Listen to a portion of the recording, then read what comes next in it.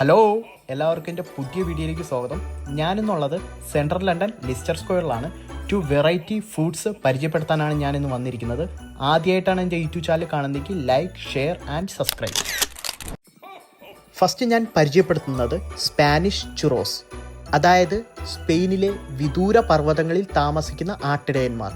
അവരാണ് ചുറോസ് കണ്ടുപിടിച്ചെന്നാണ് ചരിത്രം.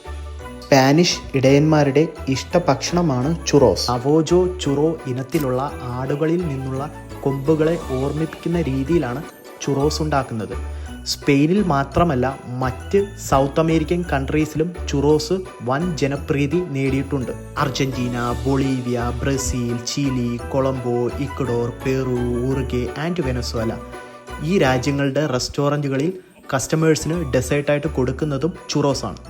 നെക്സ്റ്റ് ഞാൻ പരിചയപ്പെടുത്തുന്നത് ബ്രാറ്റ്വോസ്റ്റ് ജർമ്മൻ സോസേജ് ആണ്.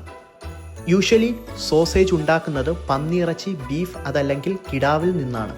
ജർമ്മൻ ആര്യന്മാരുടെ ഇഷ്ടഭക്ഷണമാണ് സോസേജ്.